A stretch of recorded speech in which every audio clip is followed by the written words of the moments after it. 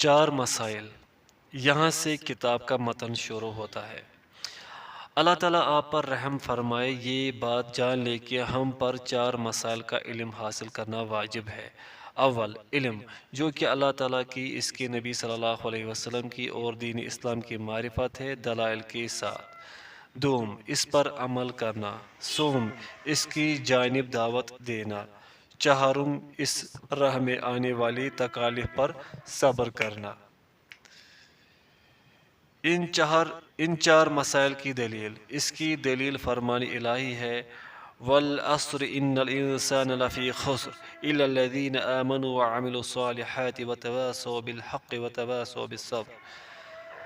قسم ہے زمانے کی، بے شک انسان خسارے میں ہے سوائے ان کے جو ایمان لائے اور عمل صالح کیے اور ایک دوسرے کو حق بات کی وصیت اور صبر کی وصیت کرتے رہے۔ سورۃ العصر۔ امام شافعی رحمہ اللہ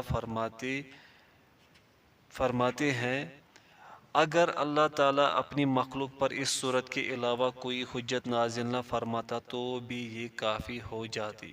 اور امام بخاری رحمہ اللہ نے فرمایا، اس بارے میں کہ قول و عمل سے پہلے علم ہے، اس کی دلیل فرمان الہی ہے، اس بات کا علم حاصل کرو کہ اللہ تعالیٰ کے سوا کوئی معبود حقیقی نہیں، اور اپنے گناہ پر استغفار کرو اور مومن مردوں اور عورتوں کے لیے بھی۔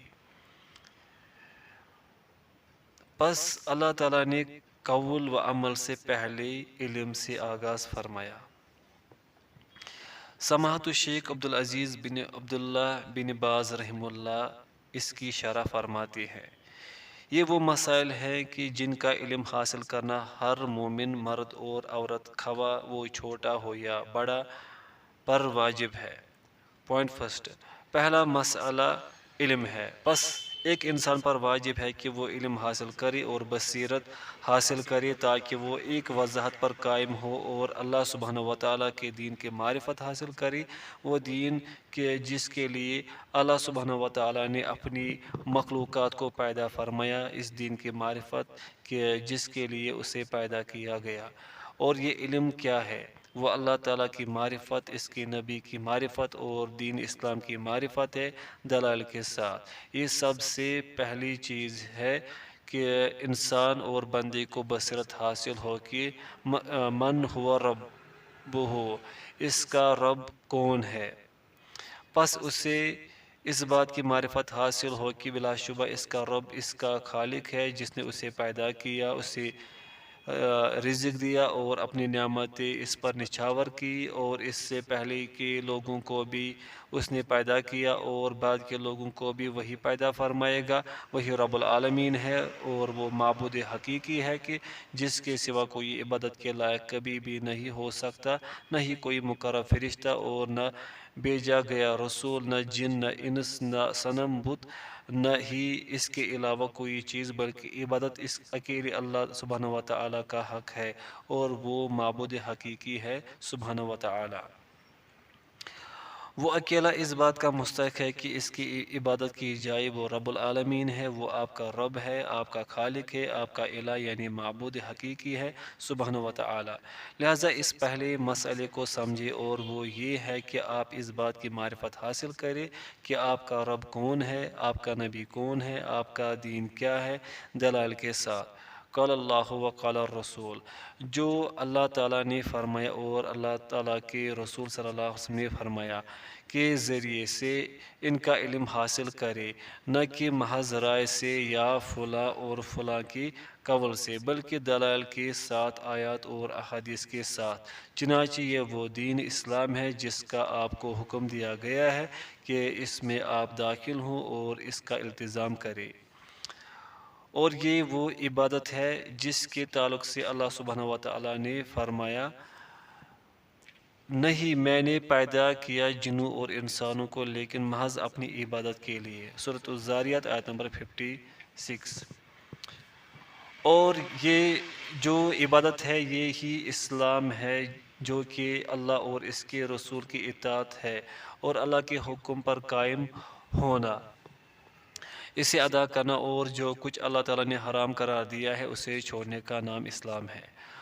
اور یہ وہ عبادت ہے کہ جس کے لیے انسانوں کو پیدا کیا گیا اور جس کا حکم اللہ تعالیٰ نے تمام لوگوں کو دیا۔ فرمان باری تعالیٰ ہے، اے لوگو عبادت کرو اپنے رب کی۔ سورۃ البقرہ آیت نمبر 21۔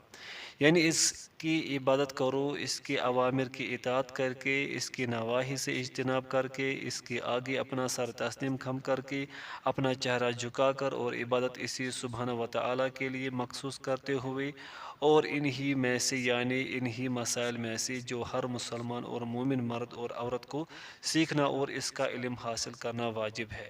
یہ بھی ہے کہ آپ اپنے نبی کی معرفت حاصل کریں جو کہ محمد بن عبداللہ بن عبد المطلب ہاشمی اور قریشی اور مکی تھے، اس کے بعد مدنی رہے علیہ الصلوۃ والسلام۔ پس آپ اس بات کی معرفت حاصل کریں کہ وہ آپ کے نبی ہیں، اور بلا شبہ اللہ تعالیٰ نے انہیں آپ کی طرف دین حق کے ساتھ بھیجا تاکہ وہ آپ کی رہنمائی کرے اور تعلیم دے۔ لہٰذا آپ ایمان رکھیں کہ بے شک آپ صلی اللہ علیہ وسلم اللہ تعالیٰ کے سچے رسول ہیں، اور بے شک اللہ تعالیٰ نے آپ صلی اللہ علیہ وسلم کو تمام جہان کے لیے رسول بنا کر بھیجا، خواہ وہ جن ہو یا انس۔ اور جو بات واجب ہے وہ آپ صلی اللہ علیہ وسلم کی اتباع کرنا ہے، آپ صلی اللہ علیہ وسلم کی پیروی کرنا ہے اور آپ کے منہج پر چلنا ہے، اور عنقریب اس کی تفصیل تیسرے اصول کی شرح میں آئے گی، اصول ثلاثہ میں سے انشاءاللہ۔ پوائنٹ سیکنڈ، دوسرا مسئلہ العمل بہ، یعنی اس پر عمل کرنا ہے۔ پہلا مسئلہ علم تھا، دوسرا مسئلہ اس پر عمل کرنا ہے، یعنی اس دین پر عمل کرنا، نماز، روزہ، جہاد، حج، ایمان و تقوی، الغرض اس اسلام پر عمل کرنا ہے، کیونکہ آپ کو پیدا ہی اسی لیے کیا گیا ہے، آپ پیدا ہی اللہ تعالیٰ کی عبادت کے لیے کیے گئے ہیں، لہٰذا آپ پر واجب ہے کہ آپ اللہ کے دین کا علم حاصل کریں اور اس پر عمل کریں۔ پس آپ اس اللہ وحدہ کی عبادت کریں، نماز قائم کریں، زکوٰۃ ادا کریں اور رمضان کے روزے رکھیں، حج بیت اللہ کریں، اللہ تعالیٰ، اس کے فرشتوں، اس کے رسولوں، اس کی کتابوں، یوم آخرت اور اچھی بری تقدیر پر ایمان لائے، نیکی کا حکم کرے، برائی سے روکے، والدین کے ساتھ نیک سلوک کرے، صلہ رحمی کرے، رشتے ناطے جوڑے۔ اس کے علاوہ جو دیگر احکام ہیں، ہر اس حکم پر عمل کرے جس کا اللہ تعالیٰ نے آپ کو حکم دیا ہے، اور ہر اس بات سے پرہیز کرے جس سے اللہ سبحانہ و تعالیٰ نے آپ کو روکا ہے اور منع کیا ہے، اور ہر قسم کے گناہوں کو چھوڑ دے جس سے آپ کو منع کیا گیا ہے، اور ان واجبات کو ادا کرے جس پر آپ مامور ہے، یعنی آپ کو امر اور حکم کیا گیا ہے۔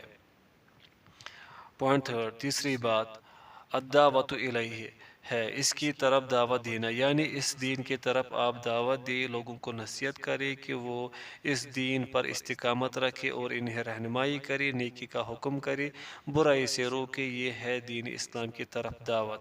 لہٰذا ہر مسلمان پر ضروری ہے کہ وہ اللہ تعالیٰ کی طرف حسب طاقت اور حسب علم دعوت دے۔ ہر کوئی چاہے وہ مرد ہو یا عورت اس واجب کو ادا کرنے میں، یعنی تبلیغ و دعوت و ارشاد اور نصیحت میں اپنا ایک حصہ ہے، اور انہیں چاہیے کہ وہ توحید الہی کی طرف دعوت دے، نماز کی محافظت کی طرف، زکوٰۃ کی ادائیگی، رمضان کے روزے اور حج بیت اللہ جو اس کی اطاعت رکھتا ہو اس کی طرف دعوت دے، والدین کے ساتھ نیک سلوک کرنے، صلہ رحمی کرنے اور گناہوں کو چھوڑنے کی طرف دعوت دے۔ پوائنٹ فورتھ، چوتھی بات الصبر علی الاذی فی، اس راہ میں جو تکالیف اور اذیتیں ہیں ان پر صبر کرنا، یعنی ان اشیاء میں جتنی بھی تکالیف آئی، اذیتیں آئی، ان پر صبر کرنا، کیونکہ ہو سکتا ہے اور ہوتا ہے کہ انسان کو کوئی تکلیف درپیش آئے، کبھی کبھار وہ جنہیں دعوت دے رہا ہے یا ان کے علاوہ یا اس کے گھر والوں کی طرف سے تھکان اور بیزاری کا شکار ہو جاتا ہے، لیکن جو بات واجب ہے وہ یہ کہ صبر کیا جائے اور اللہ سبحانہ و تعالیٰ سے اجر و ثواب کی امید کی جائے۔ پس ایک مومن صبر کرتا ہے اپنے ایمان باللہ پر اور عمل پر جو اللہ تعالیٰ نے اس پر واجب قرار دیا ہے، اور ان حرام چیزوں کو چھوڑنے پر جو اللہ تعالیٰ نے اس پر حرام قرار دی ہے، اور دعوت اللہ میں تعلیم دینے، نیکی کا حکم کرنے، برائی سے روکنے، ان تمام چیزوں پر وہ صبر کرتا ہے۔ چنانچہ ان تمام باتوں پر صبر کرنا نہایت ضروری ہے۔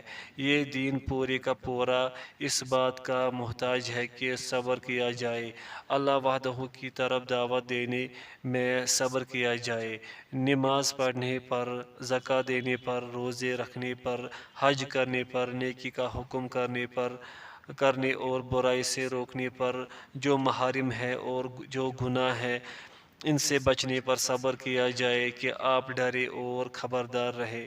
ان کے قریب جانے سے اگر انسان صبر نہیں کرے گا تو وہ ان چیزوں میں واقع ہو جائے گا جو اللہ تعالیٰ نے حرام قرار دی ہے، یا پھر ان چیزوں کو ترک کرنے میں واقع ہو جائے گا جو اللہ تعالیٰ نے اس پر واجب قرار دی ہے۔ اسی لیے اللہ تعالیٰ اپنے رسول صلی اللہ علیہ وسلم کو فرماتا ہے کہ پس صبر کرو جس طرح اولو العزم بلند حوصلہ رسولوں نے صبر کیا تھا۔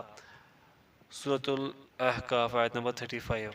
اور اللہ سبحانہ وتعالیٰ فرماتے ہیں، اور صبر کرو اپنے رب کے حکم سے کہ بلا شبہ تم ہماری نگاہوں میں ہو۔ سورۃ طور آیت نمبر 48۔ اور اللہ تعالیٰ فرماتے ہیں، اور صبر کرو اور تمہارا صبر کرنا اللہ تعالیٰ ہی کی طرف سے ہے۔ سورۃ النحل آیت نمبر 127۔ اور فرمان ربانی ہے، یقیناً صبر کرنے والوں کو اجر بغیر حساب کے دیا جاتا ہے۔ سورۃ الزمر آیت نمبر 10۔ اور فرمایا، اور تم صبر کرو بے شک اللہ تعالیٰ صبر کرنے والوں کے ساتھ ہے۔ سورۃ الانفال آیت نمبر 46۔ یعنی صبر کرو اللہ تعالیٰ کی اطاعت پر، معصیت کے ترک کرنے پر، اور ڈرو اللہ تعالیٰ کی مخالفت کرنے سے، اور اس نے جو چیز منع فرمائی ہے ان کے ارتکاب کرنے سے۔ ان چاروں مسائل کی دلیل اللہ تعالیٰ کا یہ فرمان ہے۔ سورۃ العصر۔ بسم اللہ الرحمن الرحیم۔ ترجمہ: قسم ہے زمانے کی، بے شک تمام انسان خسارے میں ہے سوائے ان لوگوں کے جو ایمان لائے اور نیک اعمال کیے اور ایک دوسرے کو حق بات کی وصیت اور صبر کی وصیت کرتے رہے۔ چنانچہ اس عظیم سورہ میں واضح حجت ہے ان چار امور کے تعلق سے، اور یہی پورے کا پورا دین ہے۔ چنانچہ پورا دین یہی ایمان، عمل، دعوت اور صبر ہے۔ حق بات پر ایمان لانا، اس پر عمل کرنا، اس کی جانب دعوت دینا، اور اس راہ میں جو تکالیف آئے اس پر صبر کرنا۔ لہذا تمام انسانیت خسارے میں ہے،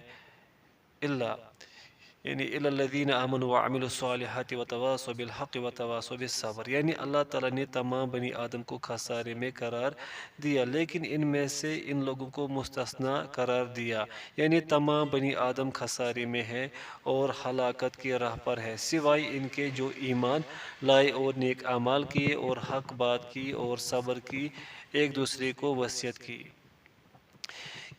یہی لوگ الرابحون ہیں، فائدہ اٹھانے والے ہیں اور سعادت مند ہیں۔ اللہ تعالیٰ نے یہاں پر قسم اٹھائی ہے والعصر، زمانے کی قسم، حالانکہ اللہ سبحانہ وتعالیٰ سچے ہیں۔ اگرچہ قسم نہ بھی اٹھائے لیکن یہاں قسم اٹھائی گئی تاکید کے لیے۔ اللہ تعالیٰ اپنی مخلوق میں سے جس کی چاہے قسم اٹھا سکتا ہے، اسے کوئی روکنے والا نہیں۔ پس کبھی وہ آسمان کی قسم کھاتے ہیں جو بروج والا ہے، والسماء ذات البروج، آسمان کی قسم جو بروج سیاروں کی منزلوں والا ہے۔ سورہ البروج آیت نمبر 1۔ اور کبھی والسماء والطارق، آسمان کی اور رات کو آنے والے ستارے کی قسم، اور کبھی والضحیٰ، روشن دلیل کی قسم، کبھی والشمس وضحاہا، سورج کی اور اس کی دھوپ کی قسم، اور کبھی واللیل اذا یغشاہا، رات کی قسم جب وہ چھا جاتی ہے، اور کبھی والنازعات، سختی سے روح کھینچنے والے فرشتوں کی قسم۔ اس کے علاوہ دیگر قسمیں اللہ سبحانہ وتعالیٰ نے قرآن مجید میں اٹھائی ہیں، کیونکہ یہ مخلوقات اللہ تعالیٰ کی عظمت پر دلالت کرتی ہیں اور اس بات پر دلالت کرتی ہیں کہ وہ اکیلا عبادت کا مستحق ہے۔ اللہ تعالیٰ ان کی قسم اس لیے اٹھاتے ہیں تاکہ ان مخلوقات کا عظیم الشان ہونا معلوم ہو، جو کہ اس کی وحدانیت پر دلالت کرتے ہیں اور اس بات پر کہ وہ اکیلا وحدہ لا شریک عبادت کا مستحق ہے۔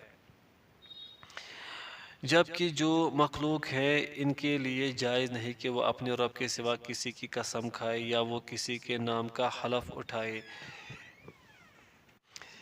ان کے لیے یہ جائز نہیں ہے کہ وہ انبیاء علیہ السلام کے نام کی قسم کھائے، یہ اصنام بتوں کے نام کی یا صالحین کی یا امانت کے یا کعبۃ اللہ یا ان کے علاوہ کسی چیز کی قسم کھائے۔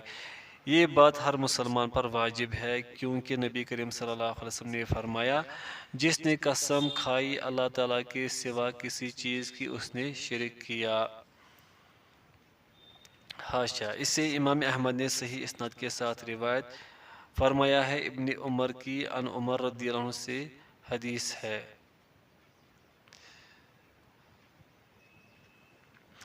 اور آپ علیہ السلام نے فرمایا، جس سے قسم اٹھانی ہی ہو تو وہ اللہ تعالیٰ کے نام کی اٹھائے ورنہ خاموش رہے۔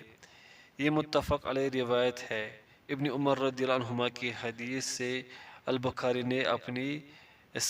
بخاری نے اپنی صحیح کے مختلف مواقع پر روایت کیا ہے، جن میں سے کتاب الایمان وغیرہ۔ لہذا ہر مسلمان مرد اور عورت پر یہ واجب ہے کہ وہ غیر اللہ کی قسم اٹھانے سے پرہیز کرے اور اس کی تمام قسمیں صرف اور صرف اللہ وحدہ لا شریک سبحانہ و تعالیٰ کے لیے ہو۔ آگے چل کر شیخ الاسلام فرماتے ہیں کہ امام شافعی رحمہ اللہ نے فرمایا، اور امام شافعی رحمہ اللہ مشہور امام ہے اور علماء کبار اور ائمہ اربعہ میں سے ایک ہے۔ آپ کا نام محمد بن ادریس الشافعی المطلبی ہے۔ آپ کی پیدائش 150 ہجری میں ہوئی، جبکہ آپ کی وفات 204 ہجری میں ہوئی۔ وہ امام شافعی رحمہ اللہ فرماتے ہیں، اگر اللہ تعالیٰ اپنی مخلوق پر اس صورت کے سوا یعنی سورۃ العصر کے سوا کوئی حجت نازل نہ فرماتا تو یہ انہیں کفایت کر جاتی۔ دوسری روایت میں ہے، اگر لوگ اسی ایک صورت پر صحیح طرح سے غور و فکر کرے تو یہ انہیں کافی ہو جائے، یعنی اگر اسے دیکھے اور اس میں تأمل اور غور و فکر کرے تو یہ اس بات کے لیے کافی ہو جائے گی کہ وہ حق بات کو لازم پکڑے، اس کے ساتھ کھڑے ہوں اور اسے ادا کرے جو اللہ تعالیٰ نے ان پر واجب قرار دیا ہے، اور جو اللہ تعالیٰ نے ان پر حرام قرار دیا ہے اسے چھوڑنے کے تعلق سے یہ سورہ کافی ہو جائے گی، کیونکہ اللہ تعالیٰ نے یہ وضاحت فرمائی کہ بلا شبہ جو لوگ ایمان لائے اور نیک اعمال کیے اور حق بات کی اور صبر کی، ایک دوسرے کو وصیت کی، یہی لوگ فائدے میں ہیں اور ان کے سوا جتنے ہیں وہ خسارے میں ہیں۔ چنانچہ یہ حجت قائمہ ہے، ایک قائم حجت ہے اس بارے میں کہ ایک دوسرے کو نیکی کی وصیت کی جائے، نصیحت کی جائے، خیر خواہی کی جائے، ایمان لایا جائے، صبر، سچائی، ان تمام چیزوں کے بارے میں ایک قائم حجت ہے، اور اس بارے میں کہ سعادت مندی کا اور نفع پانے کا ان چار صفات کو اپنائے بنا کوئی طریقہ نہیں۔ چنانچہ سچا ایمان ہو اللہ تعالیٰ اور اس کے رسول صلی اللہ علیہ وسلم پر، عمل صالح ہو اور وصیت ہو ایک دوسرے کو حق بات کی اور صبر کی۔ امام بخاری رحمہ اللہ فرماتے ہیں، اور امام بخاری کا نام ابو عبداللہ محمد بن اسماعیل بن ابراہیم البخاری ہے۔ آپ کا تعلق بخارا سے ہے جو کہ مشرق بعید میں ہے۔ آپ کی پیدائش 194 ہجری میں یعنی دوسری صدی کے آخر میں ہوئی، اور آپ کی وفات 256 ہجری میں یعنی تیسری صدی کے وسط میں ہوئی۔ جب آپ کی وفات ہوئی اس وقت آپ کی عمر 62 سال کی تھی، اور آپ ہی صحیح بخاری کے مؤلف ہیں، اور اس کے علاوہ بھی آپ کی بہت سی عظیم اور نفع بخش تالیفات ہیں۔ آپ اپنی صحیح یعنی صحیح بخاری میں فرماتے ہیں اور باب قائم کرتے ہیں، علم قول اور عمل سے پہلے ہے، کیونکہ فرمان باری تعالیٰ ہے، پس یہ جان لو کہ بے شک نہیں ہے کوئی عبادت کے لائق مگر صرف اللہ، اور اپنے گناہ کی بخشش طلب کرو۔ سورۃ المحمد، سورہ محمد آیت نمبر 19۔ بس اس آیت میں علم سے ابتدا کی گئی قول اور عمل سے پہلے، لہٰذا ایک انسان کو چاہیے کہ وہ سب سے پہلے علم حاصل کرے، پھر اس پر عمل کرے، چنانچہ وہ اپنے دین کا علم حاصل کرے اور بصیرت کے ساتھ اس پر عمل کرے۔ واللہ عالم۔